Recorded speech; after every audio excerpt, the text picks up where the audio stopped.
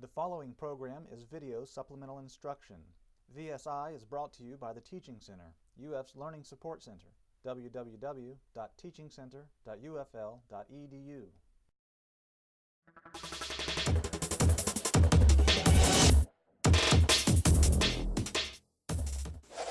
So for number 5, we have a single slit interference problem. So I've drawn the picture here. We have a single slit, we have a screen that's 2 meters away, and I've drawn loops here to represent the bright spots. So remember that you have a bright spot always directly across. But to find the angles that the dark spots appear at, when the angle, of course, measured away from the center line, this is the equation you use for single slit interference. So we have that the sine theta for the dark is m lambda over a, where m is 1, 2, etc., or -1, -2, where it tells you the order of this. So we want, in the problem, we want the distance to the next maximum. So we want this distance right here in this problem, from the center maximum to the next maximum. So what this equation will give us is the angle to the first dark spot if we use m equals 1. So let's do that. If m is equals 1, lambda in the problem, the wavelength was 550 nanometers. A was 0.01 millimeters. I converted that to nanometers to help keep these as normal numbers as possible. A, 0.01 millimeters, is 1 times 10 to the negative 5th. And a nanometer is 10 to the negative 9. So that's 4 powers of 10 away, so that's 10,000 nanometers.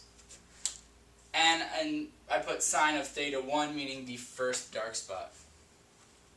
So we have 550 over 10,000. If you then do the arc sine of that, you'll have this theta. So what you need to do with that, though, and you can keep this stored on your calculator to do the next calculation here. Once we have the angle, we're trying to find this that I'll just call x. That's the distance from the bright spot to the first, or the central bright spot to the first dark spot. And then the distance from that dark spot to the next bright spot would just be x again. So whatever we get for x, we're just going to double it, and that'll be our answer. So we know that tan of theta 1 has to equal x over, and let me put this in centimeters because that's most likely the unit you're going to have for x. So 2 meters is 200 centimeters. So tan theta has to be x over that because tan is opposite over adjacent. And then you can see that if you take this theta that you got here, do the tangent of it, and multiply by 200, you would just get your x. And then to find our answer, we have to double x. So if you do this correctly in this case, you get that x is equal to 11. So then doubling that would give you a distance of 22 centimeters to the next bright spot.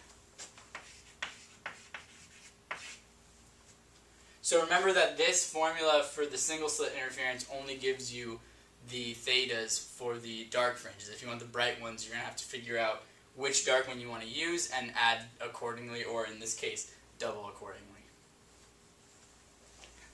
The Teaching Center, UF's Learning Support Center, www.teachingcenter.ufl.edu.